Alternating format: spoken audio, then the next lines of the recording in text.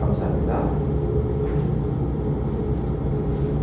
오늘 말씀은 구약은 예레미야 예가 3장 19절에서 23절, 서신서는 히브리서 6장 9절로 20절, 복음서는 누가 1장 1절로 79절에 있습니다. 한 절씩 나누고 하겠습니다. 예레미야에 갔습니다. 레고초와 재난 곧 숲과 함즙을 기억하소서. 내 마음이 그것을 기억하고 내가 낙심이 되구나. 이것을 내가 내 마음에 담아두었더니 그것이 오히려 나의 소망이 되었사오면 여호와의 인자와 긍휼이 무궁하심으로 우리가 진멸되지 아니함이니라. 이것들이 아침마다 새로우니 주의 성실하심이 그시로소이다. 내 심령에 이르기를 여호와는 나의 기업이시니 그러므로 내가 그를 바라리라 하노라. 기다리는 자들에게나 구하는 영혼들에게 여호와는 선하시도다. 사람이 여호와의 구원을 바라고 잠잠히 기다림이 좋도다. 사람은 젊었을 때에 멍에를 매는 것이 좋으니 혼자 앉아서 잠잠할 것은 주께서 그것을 그에게 메우셨음이라. 그대의 입을 땅 위에 핏불에 대지어다. 혹시 소망이 있을지로다. 자기를 치는 자에게 빵을 돌려내어 치우기로 배불릴지어다. 이는 주께서 영원하도록 버리지 아니하실 것이며 그가 비록 근심하게 하시나 그의 풍부한 인자하심에 따라 긍휼히 여기실 것입니다. 주께서 인생으로 고생하게 하시며 근심하게 하시면 본심이 아니시로다. 아멘. 기도입니다. 사랑하는 자들아, 우리가 이같이 말하나 너희에게는 이보다 더 좋은 것 구원에 속한 것이 있음을 확신하노라. 하나님은 불의하지 아니하사 너희 행위와 그의 이름을 위하여 나타낸 사랑으로 이미 성도를 섬긴 것과 이제도 섬기고 있는 것을 잊어버리지 아니하시느니라. 우리가 간절히 원하는 것은 너희 각 사람이 동일한 부지런함을 나타내어 끝까지 소망의 풍성함에 이르러 게으르지 아니하고 믿음과 오래 참음으로 말미암아 약속들을 기업으로 받는 자들을 본받는 자 되게 하려는 것입니다.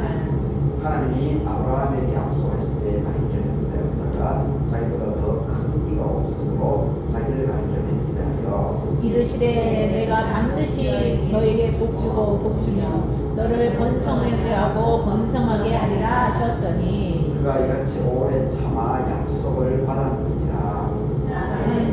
보다 높은 자를 가리켜 맹세하나니 맹세는 그들이 다투는 모든 일에 최후 확정이니라. 하나님은 약속을 기업으로 받는 자들에게 그 뜻이 변하지 아니함을 충분히 나타내시고 그 일을 맹세로 보증하셨나니 이는 하나님이 거짓말을 하실 수 없느니 두 가지 변하지 못한 사실로 말미암아 앞에 있는 소망을 누리고 피난처를 찾은 우리에게 큰 안위를 받게 하려 하신다. 우리가 이 소망을 가지고 있는 것은 영혼의 닷 같아서 튼튼하고 견고하여 휘장 안에 들어가나니 그리로 앞서가신 예수께서 멜기세덱의 반차를 따라 영원히 대제사장이 되어 우리를 위하여 들어가셨느니라.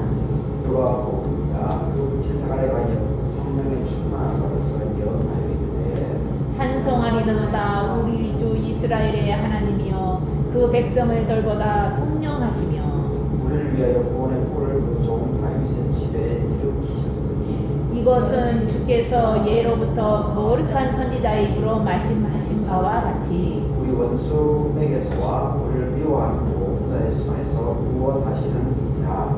우리 조상을 긍휼히 여기시며 그 거룩한 언약을 기억하셨으니 곧 우리 조상 아브라함에게 하신 맹세가 우리가 원수의 손에서 건지심을 받고 종신토록 주의 앞에서 성결과 의로 두려움 없이 섬기게 하리라 하셨도다. 이하여 네가 지극히 높으신 이의 선지자나 일컬음을 받고 주 앞에 앞서가서 그 길을 준비하여 주의 백성에게 그 주의 사함으로 말미암는 구원을 알게 하니 이는 우리 하나님의 긍휼로 인하니라. 이로써 돋는 해가 이로부터 우리에게 임하여 어둠과 죽음의 그들의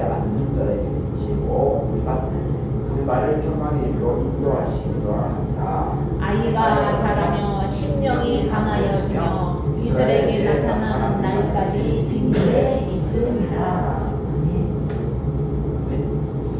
오늘 이 부분도 이 또한 지나가리라, 이 또한 지나가리라 이렇게 말씀드리고 있습니다. 오늘 대림절 세 번째 주일입니다. 그리고 예설 8제를 맞이하는 주일입니다. 예배에 참석하신 여러분들에게 하나님의 은혜 함께하기를 바라겠습니다. 지난주 월요일부터 금요일까지 남수 신찰 회원교회 도움으로 베트남을 좀 되었습니다. 지금 전국 공도회의 남수 신찰과 우리 총회 교단회에서 상당히 좋은 선한 영향력을 좀 미쳐가고 있습니다. 몇 가지 모델들이 우리 시찰에서 지금 만들어지고 영향력들이 많이 되고 있는 것 같습니다. 그 남수 시찰의 비자립교회 베트남 다녀온 것도 참 그 선한 영향력 좋은 모델 중에 이제 한 케이스죠.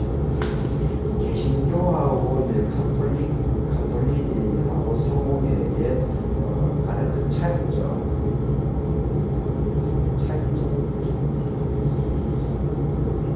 교리적인 차원을 떠나서 제도적인 목회자 수급에 대한 목회자의 어떤 관리라고 해야 되나 이런 부분에서 가장 큰 차이점이 뭐냐면 성공회나 카톨릭 같은 경우는 중앙 시스템이라서 카톨릭이 가장 대표적이죠. 카톨릭은 모든 헌금을 이제 중앙 시스템으로 다 집중합니다. 그래서 공무원처럼 카톨릭 신부들도 사제들도 호봉제가 적용이 됩니다. 그래서 어느 교회를 가든지 어느 지역을 가든지 그 카톨릭 사제들은 우리 개신교로 얘기하면 이제 사례비죠. 일반적인 개념으로 하면 이제 월급이죠. 월급에 차등이 없습니다. 그래서 연차가 많아질수록 이렇게 이 사례가 자연스럽게 많아집니다. 교인 숫자가 많든 적든 어떤 지역에 있든 그 차이가 없습니다. 그런데 개신교는 이제 그런 부분 아니죠. 교회가 크고 교인들이 많으면은 목회자의 사례가 많아지고 그리고 미자립 되면은 아무래도 이제 사례가 별로 없겠죠. 그런 이제 큰 제도적인 좀 차이점이 있습니다. 그렇게 하다 보니까 물론 이제 그 개신교는 좀 다이나믹하죠. 다이나믹합니다. 그리고 교회의 어떤 특성들이 이렇게 돋보이기도 합니다. 카톨릭 같은 경우는 그런 큰 변화는 이제 없기는 하지만 좀 그런 부분이 있습니다. 이번에 베트남 여행을 가게 된 것이 미자립교회 목회자 부부에 대한 우리 남순 시찰, 남원하고 순창, 남원 순창에 있는 이 교회에서 이 자립이 되는 남원 대표적으로 이제 남원 제일교회, 남원 살림교회 그리고 그 순창국교회죠. 순창국교회 이게 우리 남순 시찰에서 이제 규모가 있는 대표적인 교회인데, 근데 그 교회들에 대해서 그리고 이렇게 또 몇몇 개인들이 또 후원을 해주셔가지고 수고하고 있습니다고 이렇게 다녀오게 되었습니다. 참 감사한 좀 일정이었습니다. 국내 사정이 있어가지고 이 여행을 지난주 목요일 날 우리 교단 총회 차원에서 총회 차원에서 물론 어제 참 감사하게도 윤석열 탄핵이 국회를 이제 통과 204표의 찬성으로 그걸 탄핵해서 감사한 건데 목요일 날 우리 교단에서도 조직적으로 서울에서 시국기도회를 했습니다. 시국기도. 전북권 이제 4개 노회가 있는데 우리 갈기교회가 속한 이제 전북 동노회, 그리고 전북노회, 그리고 익산노회, 금산노회 이렇게 4노회가 우리 전북권에 있는데 이 4노회가 또 연합해서 시국기도회도 하기로 이렇게 했습니다. 그래서 물론 이제 우리 교단 이제 개신교에서는 우리 교단의 움직임이 시국적인 상황 속에서 우리 교단의 움직임이 이제 가장 빠르죠. 가장 빠르고 가장 이렇게 적극적으로 그 반응을 보이는 것이 이제 우리 교단의 좀 나름대로 좀 특성이죠. 그리고 이것 때문에 이제 박정희 시절부터 대대적으로 빨갱이다, 용공세이다 이렇게 왜곡을 당해왔죠. 그래서 박정희 혁명부에 의해서 사실은 우리 교단이 그때부터 탄압을 많이 받았습니다. 탄압을 많이 받고 그리고 이번 12.3 윤석열 비상계엄에서도 지금 이제 구체적인 물증들이 구체적인 증언들이 많이 나오죠. 증언들이 많이 나오는데 참 충격적인 그 증언들도 지금 나오고 있는데 대표적으로는 HID라고 하는 그 특수부대 요원들이 김병주 의원에 의해 가지고 김병주 의원이 민주당 국회의원인 이 사람이 사성 장군이죠. 별 4개를 달았던 그 장군 출신으로 국회의원이 된 사람인데 그렇게 하다 보니까 그분이 이번 상황 속에서 상당히 많은 정보들을 지금 이렇게 군장 다 후배들이죠. 사성 장군이었습니다. 이번에 많은 것들이 정보가 이제 드러나고 있는데 그 중에 HID라고 하는 조직인데 그것을 들어보면 충격적입니다. 북한 군복을 입고 우리나라 국민들을 죽이는 거죠. 그래서 북한이 그 광주 5.18 때도 전두환에 의해서 그것이 그런 증언들이 계속 되어오고 있지 않았습니까? 빨갱이가 북한이 했다고 물론 그것이 다 거짓말이라고 하는 것이 다 드러났지만 지금도 여전히 그런 것을 모르는 사람들이 광주는 빨갱이가 했던 것이다, 북한이 했던 것이다 이렇게 얘기하는 사람들이 여전히 있습니다. 참 안타까운 일이죠. 이번에도 그 증언이 나왔습니다. 참 엄청난 충격이죠. 지금 2024년에 특수부대 요원들 그리고 그 사람들은 국회로 가는 것도 몰랐다는 거 아니겠습니까? 그냥 명령이 내려오니까 그 현장에 가보니까 한국인들을 남한 사람들을 대면하니까 그 사람들 역시 충격을 받은 거였죠. 그렇게 하다 보니까 이제 엇박자가 나면서 이제 구체적인 증언들이 나오고 있는데 북한 복장을 하고 우리 사람들을 죽인다는 거죠. 그리고 북한 복장을 이렇게 쉽게 드러날 수 있게끔 북한 군복을 어디에 묻어놓고 그러면서 결과적으로 이제 북한이 했다라고 그 조작을 하려고 했다는 그런 증언들이 지금 나오고 있는데 하여튼 우리 교단이 지금까지도 교세가 좀 약하죠. 통합 측이나 우리 한국 기독교는 이제 장로교, 미국 기독교는 감리교가 강합니다. 감리교가 강한데 우리 한국 기독교는 감리교보다는 장로교가 이제 강하죠. 장로교가 강한데 장로교가 이제 분열을 많이 하다 보니까 대표적으로 이제 우리 기장이 있고 그리고 서쪽 교회 같은 경우는 통합측이죠. 그리고 일대교회하고 의지청광교회 같은 경우는 합동측이라고 분류하고 있고 그리고 아곡에 있는 사랑의 교회 같은 경우는 이제 고신측이다 이렇게 분류를 하고 있는데 고신측이나 기장 같은 경우는 교세가 약합니다. 전국적으로 이렇게 분보도를 보입니다. 근데 통합측이나 합동측은 그래도 교세가 상당히 강한 것을 보게 되는데 근데 우리 교단 같은 경우가 이렇게 교세가 약하게 된 것이 가장 큰 그 원인은 언제부터냐 하면 박정희 시절부터입니다. 박정희 시절부터 이 권력에 의해 가지고 일반인들에게 우리 기장은 데모하는 사람이다. 워낙 바른 소리를 워낙 많이 했기 때문에 그런데 그 바른 소리를 왜 했는가 하면 사실 지금은 뭐 많이 평준화됐지만은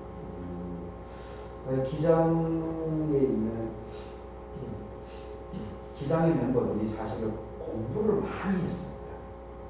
목사들이 공부를 많이 했습니다. 유학도 많이 갔다 오고 똘똘한 분들이 많이 있었습니다. 그렇게 하다 보니까 이제 바른 소리를 한 거죠. 바른 소리를 하다 보니까 결국 이제 박정희 대통령이 이제 권력을 쿠데타로 이제 폭력으로 권력을 획득하지 않았습니까?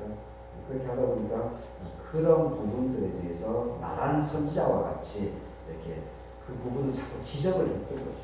지적을 하다 보니까 기장이라고 하는 그 교단이 이제 권력으로부터 밑상을 가는 거죠. 그래서 밑상을 받다 보니까 우리 교단이 이제 지역에서 영향력을 미치면 권력에 위태로운 영향을 발휘하게 되니까 오히려 정권에서 특수 요원들을 압력하는 민간인 복장을 가지고 압력하는 그 사람들이 기장교회의 교세가 강한 목사님의 영향력이 강한 이런 지역에 이렇게 투입돼 가지고 저 목사는 말랭이야, 저 가까이 가면 안 돼, 이렇게 소문을 퍼뜨렸습니다.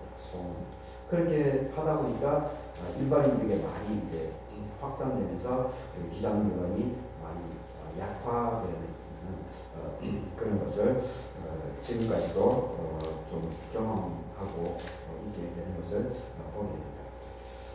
참 이게 참 어려운 과제인데 결국 이제 선한 영향력을 교회에서 잘 미쳐나가고 이런 어려운 난제들을 잘 있음에도 불구하고 잘 헤쳐 나가는 것이 다른데 참 쉽지는 않은 것 같습니다. 그럼에도 불구하고 이렇게 우리 교단이 어려운 속에서도 꾸준하게 남들의 역할들을 충실하고 나가고 있어서 감사하는 그런 마음이 있습니다.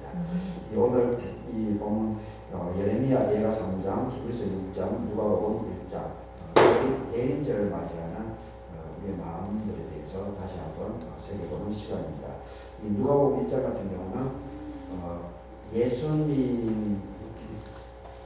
예수님이 태어나기 이전에 이 예수님과 사촌지간인 세례 요한이 태어난 이후에 세례 요한의 아버지였던 사가랴가 자기 아들을 축복해 주면서 이후 예수 그리스도가 태어나는 부분에 있어서 이렇게 밑거름 역할을 잘 해야 된다라고 하는 것을 이렇게 알려주고 있는 대목입니다. 그리고 예레미야 예가서 부분은 이 바벨론 포로 시절을 이제 어떻게 바벨론 포로 시절의 그런 그 고달픈 삶의 부분들 그러면서도 불구하고 거기서 희망을 놓치지 말아야 된다는 것을 강조하고 있는 그런 내용입니다. 이 예레미야 예가서를 중심으로 제가 좀 오늘 살펴보려고 합니다. 이 19절을 보게 되면 내 고초와 재난 곧 쑥과 단즙을 기억하소서 이렇게 언급을 하고 있습니다. 이게 이제 이 말씀이 참 한 구절만 보면은 뭐 의미 맥락이 없죠. 의미 맥락이 없는데 근데 이거 이 19절 이 말씀이 나오게 된 배경은 뭐냐면은 바벨론의 이제 그 아시리아에 의해서 북이스라엘이 이제 멸망을 당하게 되고 그리고 200년 뒤에 또 남유다도 지도자들 내부의 갈등들 그리고 자기 권력을 자기가 독점하려고 하는 그리고 부라든지 이런 것들을 자기 것으로 어려운 사람들과 이웃들을 위해서 성경에서 가르쳐주고 있는 그대로 하지 않고 자기 것으로 갈취하려고 하는 그런 부정부패들이 많이 일어나다 보니까 결국은 아시리아를 멸망시키고 다시 득세한 이 바벨론 제국에 의해서 결국 이 남유다로 북이스라엘이 망한 200년 뒤에 예수님 태어나기 588년 전에 이 바벨론의 포로가 되죠. 그리고 70년의 포로기 생활을 하게 되는데, 근데 그때에 어떤 일이 벌어진가 하면 바벨론이 남유다를 점령한 이후에 그 남유다의 이 권력자들 그리고 배운 사람들 그리고 있는 집안의 사람들 이 사람들을 다 이렇게 떠서 가버립니다. 그리고 그 남유다 내부에 뭐 그럭저럭 사는 사람들 그리고 뭐 거렁뱅이라든지 가난한 사람이라든지 배우지 못한 사람들 이런 사람들 그냥 다 내팽개 쳐버리고 좀 영향력을 미치는 그런 사람들을 다 이렇게 싹 섞어가지고 바벨론으로 집단 이주를 시켜버립니다. 그러니까 이 바벨론 포로기 생활 속에서 이스라엘에 있었던 사람들, 이 사람들은 사실 그 당시로 보게 되면 실력이 없는 사람들입니다. 실력이 없고 남유다가 있었을 때도 무시를 당했던 사람들인데, 근데 바벨론 포로기가 되면서도 또다시 변함없이 오히려 더 이제 나라가 없기 때문에 더 이렇게 짓밟히고 무시를 당하는 거죠. 그러니까 지금 예레미야가 이 3장 19절에서 나오는 이 말씀은 내 고초와 재난 이것이 쑥과 담즙과 같은 아주 쑥과 담즙이 쓰지 않습니까? 그러니까 그 남유다 예루살렘에 남아 있었던 그 사람들의 삶이 고단하고 피곤하고 더 핍박과 고통 이런 험악한 세월이 더 많이 있었다라고 하는 것을 여기서 얘기를 하는 겁니다. 예루살렘 현장에 있었던 사람들의 아주 짓밟히는 그런 삶의 현장에 대해서 고통받는 억울함 그리고 이것을 이제 하소연하는 겁니다. 그래서 그 현장의 목기. 그래서 20절을 보게 되면 내 마음이 그것을 기억하고 내가 낙심이 된다. 그렇죠. 뭐 희망이 없으니까. 나라도 이제 망했고 그리고 나라가 망했는데 또다시 이방 세력이 와가지고 또다시 더 짓밟아 버리니까 이거 뭐 희망이 없죠. 그런데 21절을 보게 되면 이것을 내가 마음에 담아 두었더니 그것이 오히려 나의 소망이 되었다라고 이렇게 고백하고 있습니다. 참 이게 엄청난 그러니까 이게 고난과 고통이 있음에도 불구하고 그것을 묵묵하게 뭐 힘이 없으니까 드러낼 수도 없죠. 힘이 없으니까 드러낼 수도 없지만 그럼에도 불구하고 짓밟히면서도 불구하고 무시당하면서도 불구하고 그럼에도 불구하고 생명이기 때문에 생명이고 그리고 이 사람들도 유대인들이기 때문에 기본적으로 하나님에 대한 소망들은 누구나 다 있지 않겠습니까? 비록 내가 사회적으로 인정받지 못하고 그리고 무시당하고 그럼에도 불구하고 이 사람 한 사람 한 사람 마음속에는 그래도 하나님에 대한 진실함을 갖고 있는 그런 믿음을 갖고 있는 사람들이 있는 겁니다. 그래서 그런 진정성을 믿음에 대한 진정성을 갖고 있는 그 사람들이 자기 마음에 그 고난 고통 이것을 계속 2차 세계대전에 독일 히틀러에 의해서 많은 유대인들이 학살을 당하면서도 불구하고 그 가운데에서도 희망과 소망을 갖고 있었던 사람들이 있지 않습니까? 그러면서 계속해서 하나님께 질문을 한 거죠. 하나님 왜 이런 욕과 같은 왜 이런 고통 고난이 나에게 주어지는 겁니까? 이런 고민, 이런 질문을 하나님께 부단하게 한 사람들이 있는 거죠. 그것이 이제 21절에서 내 마음에 담아 두었더니 그런 표현을 하는 겁니다. 그렇게 상황의 열악함들, 그리고 그것으로 인해서 내 삶이 짓밟히고 짓뭉개지고 가정이 파괴되고 가족이 다 붕괴되고 내 주변 사람들이 다 친척들이 다 죽어나감에도 불구하고 근데 꾸준하게 그 고난과 어려운 상황 여건들을 그냥 하나님께 질문을 하면서 그리고 하나님의 답변은 70년 동안이었으니까 답변이 쉽게 올 리가 없죠. 우리나라 일제 36년 식민지에도 불구하고 많은 이광수나 최남선이나 김환란이나 이런 사람들은 다 대부분 변절하지 않습니까? 변절. 근데 이게 일제 36년보다 2배나 더 많은 70년의 바벨론 포로기 시절을 보냈으니 얼마나 많은 사람들이 그 하나님의 신앙을 저버렸겠습니까? 근데 그럼에도 불구하고 이 하나님에 대한 그 어려운 상황 속에서도 그 하나님에 대한 소망을 잃지 않고 하나님의 소망을 마음에 담아두는 사람이 있었다는 겁니다. 그랬더니만 그것이 오히려 나의 소망이 되었다라고 이렇게 고백을 하고 있습니다. 참 쉽지가 않은 거죠. 다니엘의 모습도 바로 이런 모습이죠. 그리고 요셉의 모습도 물론 이제 요셉 같은 경우는 상황은 아주 열악했지만 그럼에도 불구하고 결론이 난 것은 17살에 이복 형들로부터 배신당해가지고 이집트 노예로 팔려갔지만 결국은 하나님께서 요셉에게 주신 그 꿈에 대한 꿈을 꾸고 꿈을 해석할 수 있는 그 요셉의 하나님이 주신 그 재능 발란트 그것으로 인해서 결국 13년이라고 하는 30살에 대해서 이제 국무총리가 되어버렸으니까 13년 만에 그 고난이 다 끝나게 되고 오히려 그 고난으로 인해서 엄청난 이 이스라엘 민족 전체를 구원하고 해방시켜 나갈 수 있는 그런데 큰 쓰임을 받게 되는 것을 보게 되죠. 그것 역시도 사실은 21절의 이 말씀에 다 포함되어 있다라고 봅니다.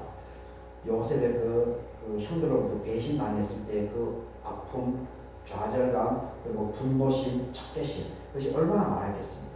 그럼에도 불구하고 요셉은 그것을 드러내는 것이 아니고 그것을 요셉의 믿는 하나님의 믿음으로 그것을 마음에 담아둔 것이 아니겠습니까? 그러니까 오히려 나의 소망이 되었다는 거죠. 소망이. 그래서 결국은 그것을 그런 분노심, 적개심 여기에 그 요셉이 휩싸여 있었으면 요셉이 노예 생활을 하고 있었기 때문에 주인으로부터 인정을 못 받죠.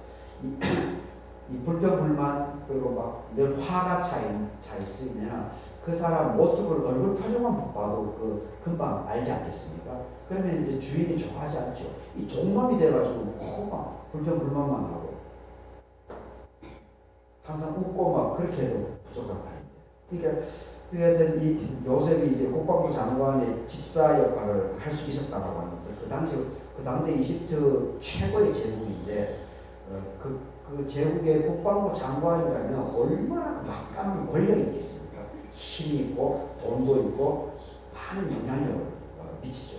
그런데 그러한 국방부 장관의 집안에 이 요셉이 집안 전체 거기 노예들도 많고 종들도 많고 그리고 그 재산이 얼마나 많겠습니까?